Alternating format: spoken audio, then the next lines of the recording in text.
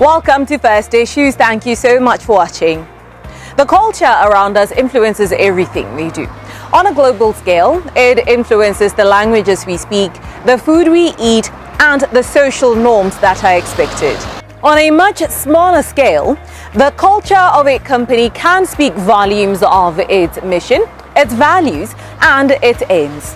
Even though culture is all around us, even at work, different people will most likely define it differently according to how they interpret it. On the most basic level, however, workplace culture is defined as the shared values, belief systems, attitudes, and the set of assumptions that people in a workplace share. Why a workplace culture? Research by Deloitte shows that 94% of executives and 88% of employees believe that a distinct corporate culture is very important to the success of a business. A positive workplace culture not only enhances employee satisfaction, but also accommodates various work styles, thereby enabling everyone to work in a way that best suits their strengths and preferences. What is it about a positive culture that allows for both employees and the businesses they work for to thrive? Human Resource Consultant Shadrack Mbaiwa sheds light on our topic this evening, but most importantly, how employers can inculcate a suitable and positive culture at the workplace. Shadrack, thank you so much for joining us on First Issues. Today we're talking to you about a positive workplace culture and how to inculcate it into your organization or into an organization.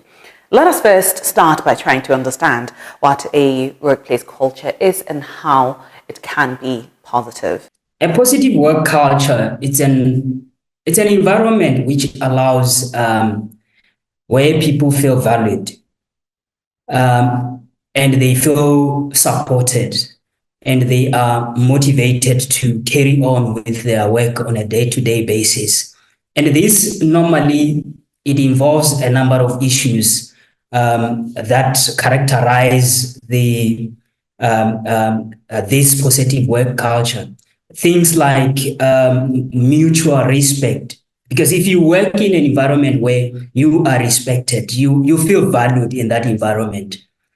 An environment where you foster trust. An environment also where there is a sense of belonging. Because for you, we spend 95% of our time at the workplace than at our homes. So therefore, it means that one should be in a position where they are stable in their mind when they are at the workplace. Shadrack, workplaces are quite diverse, informed by the profession that is taking place within that workplace. So, of course, the cultures would also differ.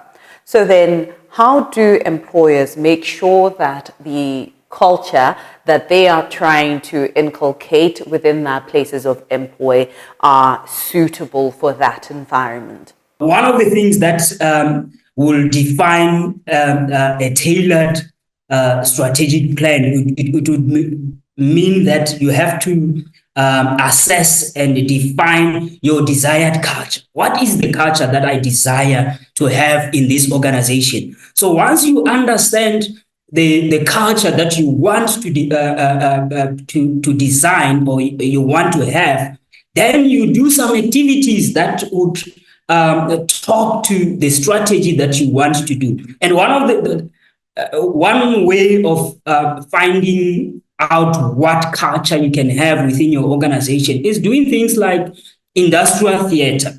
So if you do an industrial theater, you get employees all together. They tell you what type of culture they want within the organization. It's a bottom-down approach as opposed to a top-down approach.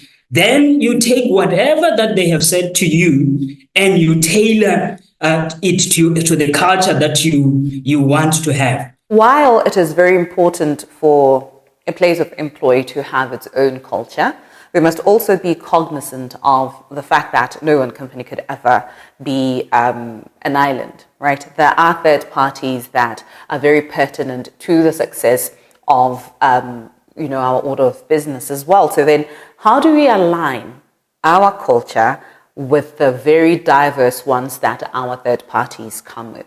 If you want to collaborate with other organizations, it involves a strategic partnership, and you need to have a clear communication and shared goals. You need to look at your organization and say, my organization stands for this. So if I collaborate with other organizations, they must not drift me away from my goals, and they must not drift me from what I stand for. And then you look at the differences that are there within your company and that company, but then there should be something that joins you together. That's when you look at such partnerships, you can say, but them, this is what makes our company and that company to have something that is in common, that we can forge into and take advantage of. They are doing it better than we do. Well, let us now close our conversation by talking about pushbacks. When you're trying to do anything, start something, inculcate it, or, make sure that it becomes part and parcel of your daily business, there's usually going to be a pushback. There's going to be negative reception. So how do you deal with that? What is the first step that you need to consider when you're trying to develop this culture, cultivate it, and make sure that everyone follows suit? First, you need to engage the stakeholders. The stakeholders might be your employees within the organization. It doesn't matter at what level these employees are, because you need to get their buy-in in an organization. And one of the things that you need to do is effective communication. It must be clear what you want. They must get it right from the beginning. Another thing that you can also devise is you need to provide support and resources. You cannot want to implement a culture and you don't want to offer resources and also monitor and adapt. So that's how I would do that.